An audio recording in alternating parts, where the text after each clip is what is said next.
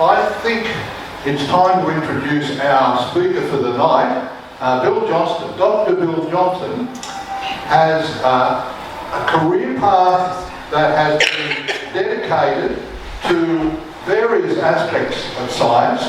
If I get this correct there, Bill, I think you're in the area of agronomy, soil conservation, ecology, but more importantly for us, in the area of climatology. And Bill is one of the pioneers. He and a group of colleagues from 1971 to 1985 collected data on the long-term temperature trends back then, back when global cooling was the big bad guy.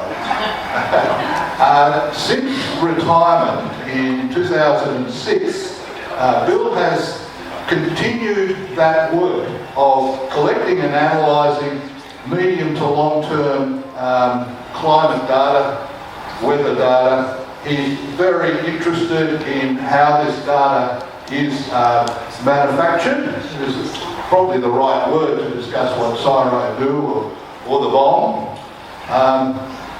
and how they come to produce this State of the Climate annual report, an executive summary of which is given to politicians who simply say, well, this is what the science tells us. Bill also has his own site, which you're welcome to look up. It's called the BOM Watch. It's the skeptical site. He's the only one doing this, to the best of my knowledge. So could you all give him a warm round of applause?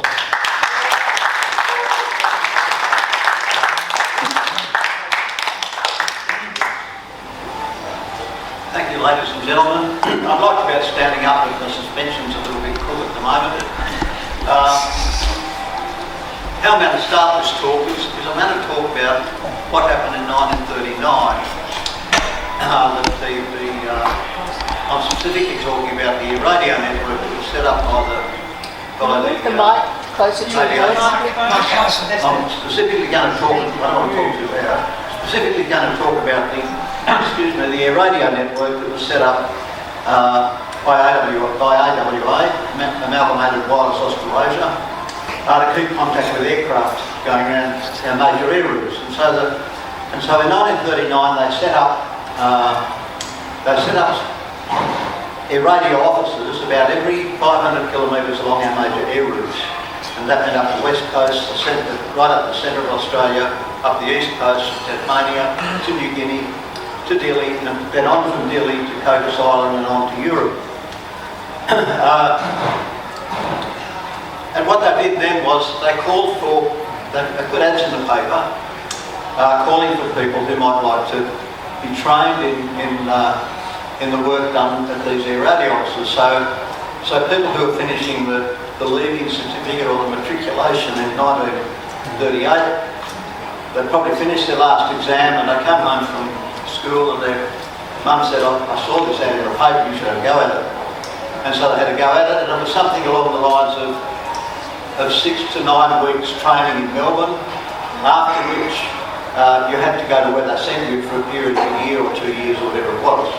Many of us understand that that's what happened in the early days of training in the 1970s as well, but some people were lucky enough to go to end up in Melbourne, and that's the Melbourne weather station on the left in 1945, or they might have ended up in Sydney. They were pretty good sites. Other people ended up in places like Gooderdown in 1939. They even had an official cycle, so that they could cycle into town and get their supplies. And you can see it was pretty upmarket accommodation with a bathroom out the back. And others ended up at Halls Creek, which was a slightly bigger air radio station. And others ended up in Oslo, so there were lots of these air radio sites all over Australia. Oslo in 1939 is quite different to what it was in 1964, and in 1975 that building, that building there is actually that building there, and in 1975 it got blown over by Cyclone Trixie. It just exploded. There was only one person there, so it didn't really matter. So a lot of these people just work by themselves. Anyone remember Lenny Walker? Lenny Walker was at Good Island, and there he is in 1940 reading the maths at the radio site in the Gulf of Carpentaria. So the sort of the lives of these people, then were fairly isolated. Here's the site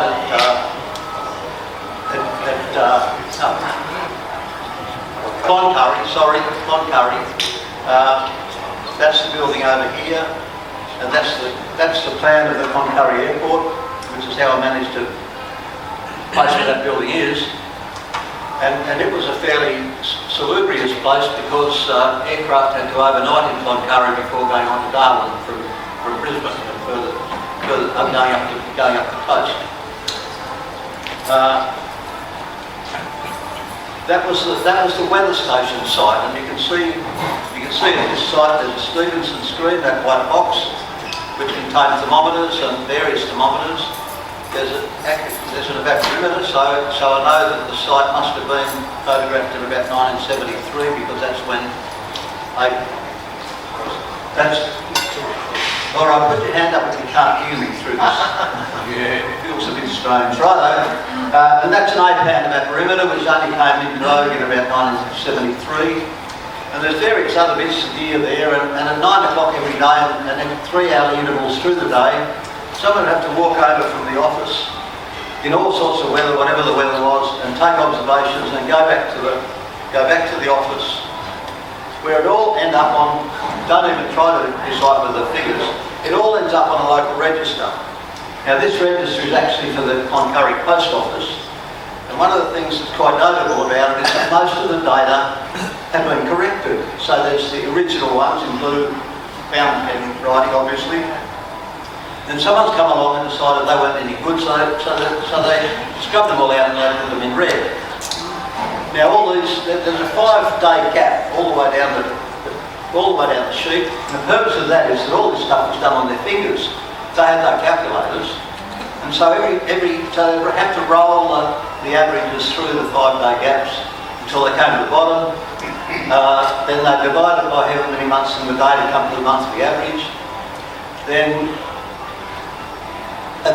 for some things like rainfall, they just had to add them up. And then they gave it to someone, and someone else then checked that their figures were right and their maths was right. So this was all done kind of twice, which wasn't enough because it was actually done a third time because people took that data off the local register, put on a form, and then had to post it off to the Bureau of Meteorology.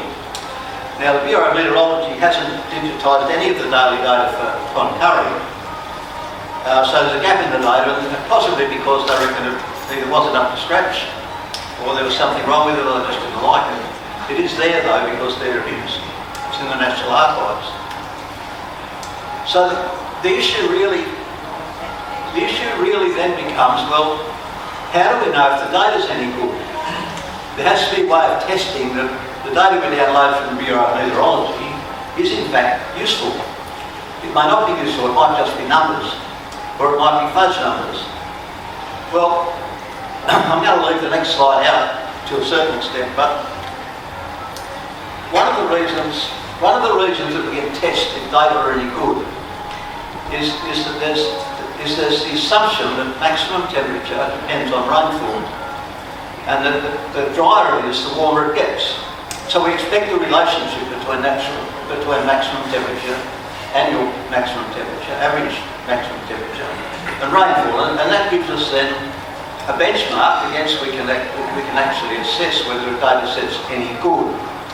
And what happens with this Cloncurry air radios, most of the air radio set, is that if we deduct the rainfall effect, then we can then look at the various qualities of the data going through time. And I'm particularly interested in step changes in the data that can be related to site changes, data that truly make no sense, they're too variable, they don't fit together very well, they go up and down one year to the next, as it does in the early post office data set, in the start of the data here. But so we have periods through the Cloncurry data set that were actually lower than the average, and some periods that were higher than the average, indicating that something changed, that the background against which the temperature was measured has changed. Now, I don't want to go into the detail of this because you'll all go to sleep. But from this analysis, it's possible to conclude that the early post office data weren't very useful at all. That conditions improved after about 1917 because the data are more consistent, they vary around the line. That the Met Office data are okay. The Met Office actually closed and they shifted it to Mount Isa in 1975 because there was no traffic. There was no morning traffic it just didn't justify keeping an air radio office running at Cloncurry. So they closed the Met Office, sent the register back to the Post Office, and then someone at the Post Office tried to get some of this data to work, and it just didn't work, so they gave up, and so that we have a gap in the data. So all this can be explained. I can explain all this stuff to do with the Cloncurry data. Then later on, they decided they needed weather data, but they couldn't afford the people to gather it. So they put an automatic weather station in there, and the automatic weather station was really pretty good. It gave consistent data. But the main point here is that from the start of the record to the end of the record, which is the automatic weather station, temperature at Cloncurry increased 1.5 degrees, say, totally independently of the climate. So when I look at the various segments of this through time, they're all flat. There's no trend in any of the segments. They just simply go up and down depending on the site changes. And so there's actually no trend in the Cloncurry data that can be attributed to the climate. Why Cloncurry is important is because it's out there in Western Queensland. It's used to homogenise, to adjust temperature 1,200 kilometres away at Victoria River Downs, and also 1,200 kilometres away at St George, which is not far over the border, and another 9 sites. So it's useful to know if that data that's used to adjust those sites is useful itself, and it isn't. If we talk about what is this Acorn Sat thing that people talk about, Acorn Sat is these 112 station records that are used to determine Australia's warming. So they don't get all the data. They have these 112 stations that they've specially selected as being, well, they reckon it's good data. And they use a technique then to average this all over Australia to work out whether Australia has warmed or not. And that's how they derive this state of the climate trend that everybody's seen. But what if none of the sites are any good? Homogenisation attempts to adjust for the effect of known non-climate influences on data. So you shift a site from there over to here, you change it from a manual site to an automatic weather station, you may change the thermometer from Fahrenheit to Celsius in 1972. Something else might happen. The observer may change, for example. All these things can affect the consistency of data. And so, if you know what those things are, it makes sense that you can adjust them. And if there is a trend in the data, you'd expect there to be a trend in the segments. But if site changes are ignored or unknown, if they simply forget that it was over here or that they moved it over there, it's presumed that any effects in the data, any lasting effects in the data, are actually due to the climate. That's the underlying assumption of data. So if I was to get Cloncurry data straight off the internet, put a line through it using Excel and say, hey look, there's a trend. But it's not a trend because it's actually step changed within the data.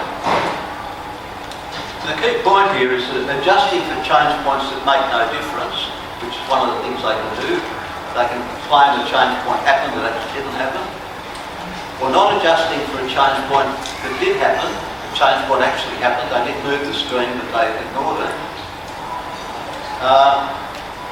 Or adjusting disproportionately for effect. If the screen over here was cooler by half a degree, and when they move it over here, they only adjust it as 0.3 degrees, then they can set up a trend in the data. And now all these tricks are true. The BOM's position is that AcornSat sites have been carefully researched. They know where they were, they know about the changes that have happened in the data. That's what they say. They also say their methods have been peer-reviewed and found to be amongst the best in the world, which they constantly tell us. And therefore, as a result of all that, the community can have confidence that they are providing an accurate estimate of Australia's climate. But many sites, if not all, have been poorly researched. Original coordinates are often wrong. Site conditions that affect temperature, especially watering in the early days. Many of these sites at the rear of post offices, anti-radio sites in the Pilbara and so forth, where they have to water an area for the aerials to earth. If they're not watered, the aerials can't earth. Many of those sites were watered. Watering in proximity to junk is another thing. You can look in a post office yard with a Stevenson screen surrounded by an incinerator and a dustbin and a garden and a path and goodness knows what. And there are many examples of where site moves and instrument changes have not been reported, because all they actually do is to send in the data each month. They don't write on it, we moved the site, or the incinerator fell over, or we lost the screen, or something like that. And so, and the other thing is that there are very, very few site and instrument files are actually available in the National Archives or anywhere else. So basically they have the data, they're telling you what the data's like, they're telling you this, that their methods are fine, but then somebody comes along and decides to check. Going back to Halls Creek Air Radio, for example, they said that the original site, that's the radio office, they said the original site was about here. I'll show you in a moment. But they established a new Met Office there in 1976, I think, and they moved the site to that location. And then by 2011, Halls Creek had grown a bit. The site's still where it was, and in 2011, the suburbs, well, it's not actually the suburbs, but it's the housing around Halls Creek. They all have air conditioners on the roof if you look close. And by 2016, well, the site's just about totally overrun by houses.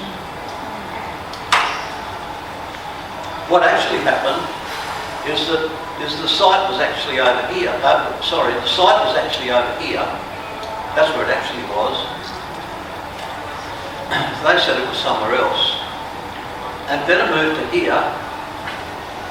We can't see They it. said There's it's no there, so arrow. here. There's no arrow. Huh? We don't know where it is because it's not. Can you see that moving around? No, you need street.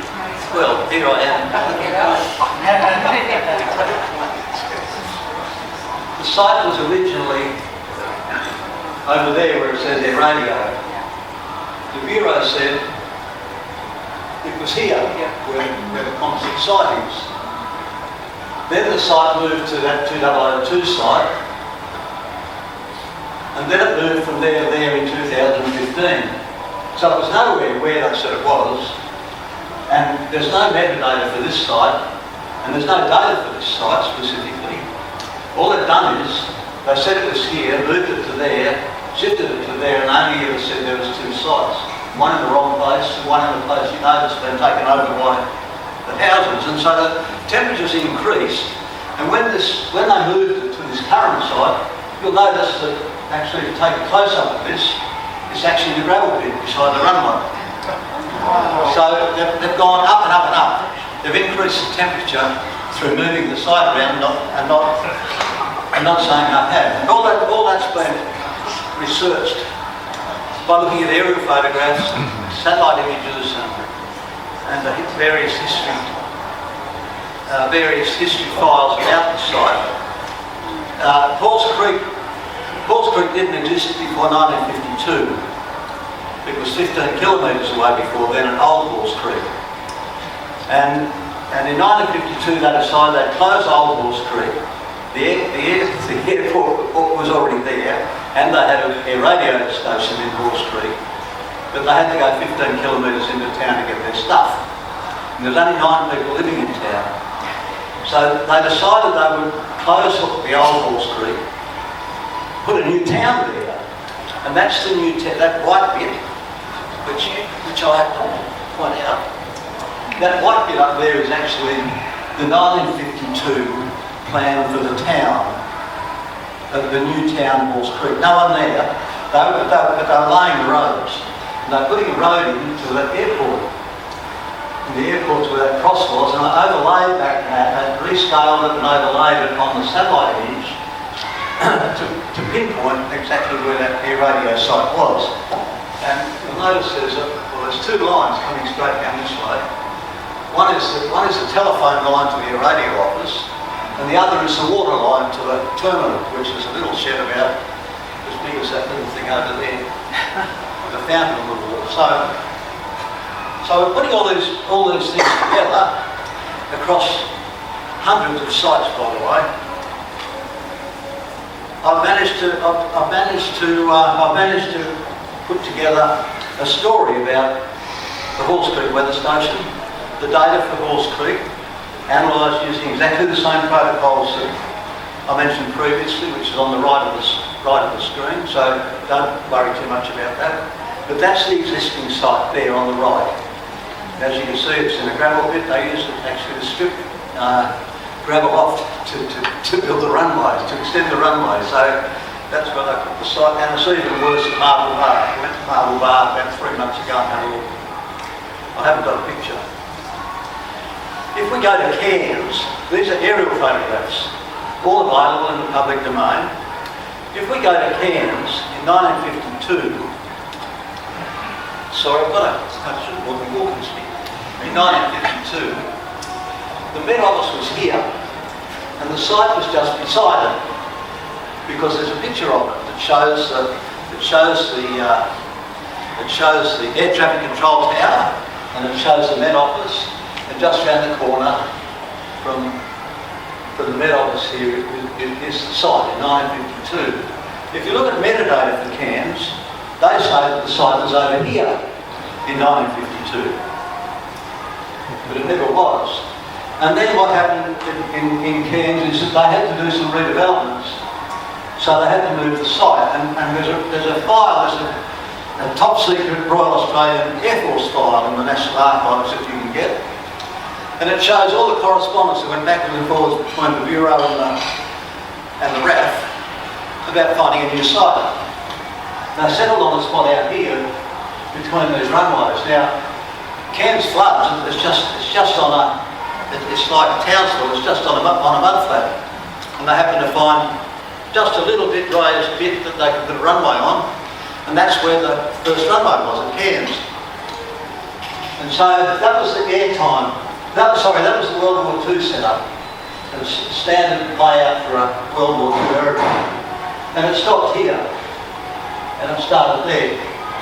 So it's gone from S1 to S2. And then they decided they'd put the international terminal in at Cairns, which is over here. And they entered the runway. So Cairns actually now has the second longest runway in Queensland. And to do that, they had to shift this site at S2 to S3. And that became too difficult. So they opened another one at S4. So the site actually moved a total of 4 times at Cairns. But what they said was that the site only moved in December 1992.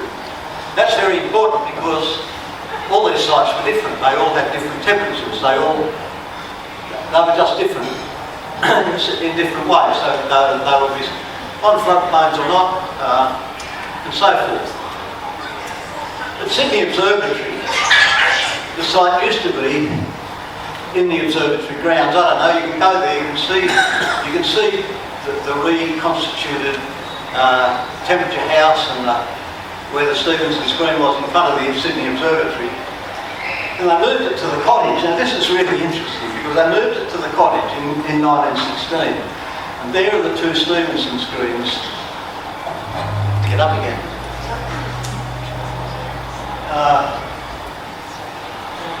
You can just make out two Stevenson screens up there. That photo was taken in 1966. Hang on, I'm ahead of myself. They moved it to the cottage yard and they took a photograph showing the edge of the Stevenson screen and a couple of bits of gear. But very importantly, there's this wall on the southern side. All those houses got demolished at the Harbour Bridge. And that was so all those houses got demolished. The Bradfield Highway is there now. But that wall is very important. And in 1966, someone took a photograph from the IBM building and the walls disappeared. And you can see a wire fence running that way. That's the regional office, the New South Wales regional office for the Bureau of Meteorology, straight up there. And there's two Stevenson screens beside an open fence with a concrete path, diagonal concrete path. Well, those screens used to be on the far side. And then these days, if you go and have a look, hey, the wall's back. And it's a little screen. There aren't two anymore, but there's the concrete path. And these screens, they open to the south. The door comes open to the south. So they would have been here and here. That's the ones up there. Anyway, look, the story is that the screens moved. They moved. The yard's only about as big as, well, from that door to this door wide, and about 5 metres wide. It's tiny. But when they put the walls up and down, and when they moved the screen from one side to the other, and when they changed it to a 60-litre screen instead of the previous 230-litre screens, the temperature stepped up because it did. So it doesn't really matter. The detail of that graph does not matter. But those step changes in the data have nothing to do with the climate. That was it over at the observatory in 1879. That was when they moved it to the Stevenson screen over at the observatory. That was when they moved it to the cottage yard. That's when they built the Harbour Bridge and they stuffed the data around. Then it stayed flat until you come along to 1955. And that's interesting because in 1955, which is before the Carter Expressway opened, they sealed the road up beside where the cottage is and the new school, which was built in 1947. There's a laneway up between the two, between the cottage and the school, the Port Street School, and they sealed that laneway. I've got a picture of it. And that caused the temperature to step up in 1955 before the Carter Expressway opened by 0.36 degrees. And cutting all the corners short, they rebuilt the wall in 1972-3, and that's when the Western Distributor opened, for those young enough to remember. And then they have moved it now to the signalman's cottage near the observatory, but they did an overlap. And the overlap is that this is all Sydney Observatory data. The overlap is that step change, 0.71. Altogether, the maximum temperature at Sydney Observatory has increased 2.35 degrees, and it had nothing to do with the climate. Nothing at all to do with the climate. And now, my concluding points. Homogenisation imposes trend by adjusting for site changes that make no difference. And there are numerous examples of that. Also, they ignore significant change points, as I was just pointing out to Sydney and other places, to imply their effect was due to the climate. And a classic example of that is actually Townsville. And the reason that's a very good example is because the Townsville instrument file, which is known as Garbutt instrument file, is open in the National Archives. The RFF file for Townsville is open in the National Archives. So you can look at it and you can see the RAF writing to the Bureau in 1965 about wanting a new site, and the Bureau writing back to the RAF telling them why the site was no good or it was good. They shifted the site in 1970. And they said, ACONSAT said, that the screen at Townsville Airport, there were no documented moves at Townsville aside from a move in December 1977. But the aerial photographs, those two files, they clearly show that there were at least 6 relocations on the eastern side of the runway before it moved to a mound on the western side of the runway. And then it moved to another place, and then it moved in 1977. So there's oodles of moves in Townsville, and if you take away all their effect, there's no change in the climate of Townsville. And so I suppose that covered everything here because they ignored significant change points to imply their effect was due to the climate.